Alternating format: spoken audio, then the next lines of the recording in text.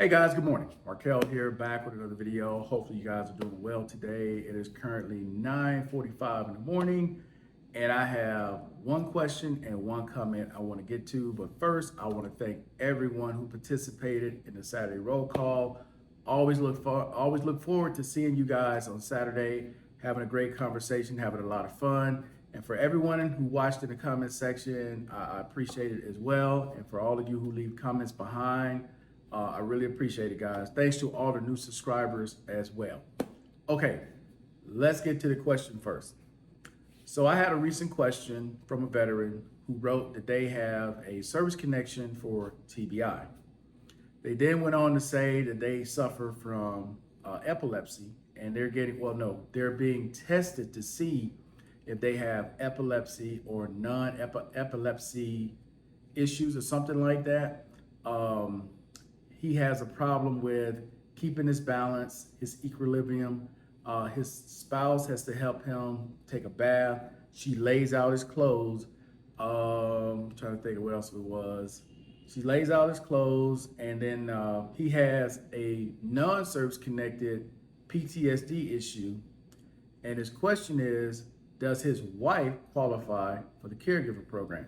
Okay, number one, it's not your wife that has to qualify, it's you, the veteran, that has to qualify. You need at least 70% minimum rating to qualify for the caregiver program. In that video that you watched, I believe I mentioned that twice, as well as gave a number that you can call to support line to ask them this specific question about your situation, as well as the website that you can go to, okay?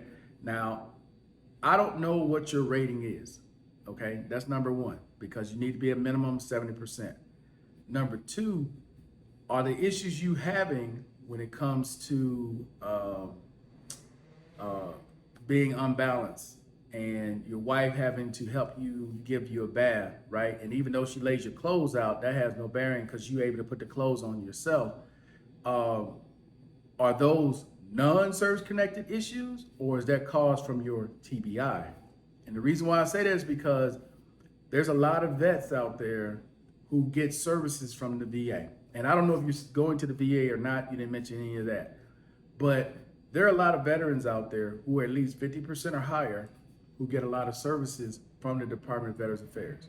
Whether you need a wheelchair, you need patches, TENS unit, a bed, you need home health care if it's available and you qualify for it, the VA will send it to you. Here's the difference.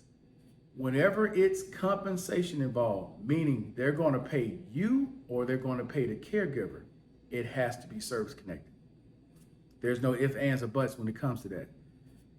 They'll care for whatever it is you got, whether it's service connected or non-service connected.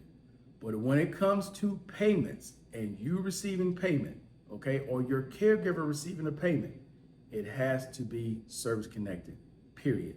So whatever non-service connected issues you have, that's not going to help you as far as the caregiver program. You may have some issues that are really bad that are non-service connected. That's not going to help you on the compensation side. On the medical side, depending on your rating, 50% or higher, the VA is still going to help you. But if it's not, then yeah, no, you're not going to get anything on the compensation side for that. All right. Hopefully that part is clear for everyone out there, all right? So call that 855 number I gave in the video, or go to the website, or the next time you go to a visit, right, go down and talk to someone in the caregiver program because it's ran in the hospital. You can set up to talk to someone there. You can put your application in over the phone, or you can put your application in online, and they will answer it quickly. Because when they pull up your info, they're going to see whether or not you're at least 70%. And if you're not, they're going to just stop it right there. The next thing they want to see is where you live. And if you're abroad, they're going to stop it right there unless you're in U.S. territory. Trust me, I know. Okay, so hopefully this information helps you guys out. All right, now to the comment that was left behind. Okay, so there was a comment left. This is from Saturday. And once again, I made so many videos about this, and I know there are a lot of new people who come to the channel. And I know that when new people come, they don't really go back and check all the older videos, right? But Urban said something Saturday, and someone always catches it, and I always have to come on and say this, all right? So, Urban spoke about the foreign medical program, and then he says something that always catches someone's attention, and then they always leave a comment about this, which is this. He said, oh yeah, they're connected with the VA. Okay, there's no VA for the Department of Veterans Affairs in the United States of America in Panama. There's no VA for the Department of Veterans Affairs in Colombia. There's no VA for the Department of Veterans Affairs in the Dominican Republic. There's no VA for the Department of Veterans Affairs in the United States of America in Mexico. None of these locations I mentioned have a Department of Veterans Affairs from the United States of America. I don't give a damn what they call themselves. I don't give a damn what they tell you. And you don't have to take my word for it. Call 1-800-827-1000. Ask them if there's a Department of Veterans Affairs in any of these countries that we're talking about. Any of them.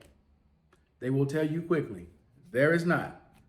The only legitimate Department of Veterans Affairs that is outside of the United States, U.S. territories, is in Manila, Philippines. That is it. There is no other location, none, that have a Department of Veterans Affairs in any of these countries. These are third parties that are billing the foreign medical program, okay? They have zero to do with the Department of Veterans Affairs. They cannot tell you a damn thing about what's in your medical record unless you give them access. They can't tell you nothing about taxes unless you give them access, okay? Don't ever mistake these people for the VA. They are not. They can't help you with education. They can't help you with housing. They're not gonna pay you to go there. They're not doing any of that, okay? For those of you who are using the services, you know this. The only thing they can do is whatever service connected that they can bill for and send you medication. That's it. They can't do anything else. Nothing. And when it comes to tests and different things of that nature, they have to get permission, just like you do, before they send you anywhere. Because if they don't get permission and they send you, then they're going to turn around and try to charge you because they didn't get paid from the VA. You should read the paperwork that you sign before you just go and do stuff without understanding exactly what it is, all right? So just to be clear, one last time, there is no Department of Veterans Affairs of the United States of America in any country south, not a one. The only one outside of the U.S. and U.S. territories is in Manila, Philippines. All right, guys? All right, so that's it for now. Hopefully this information helps you guys out. And until the next time, guys, I'm out of here. Peace. Enjoy the rest of your day.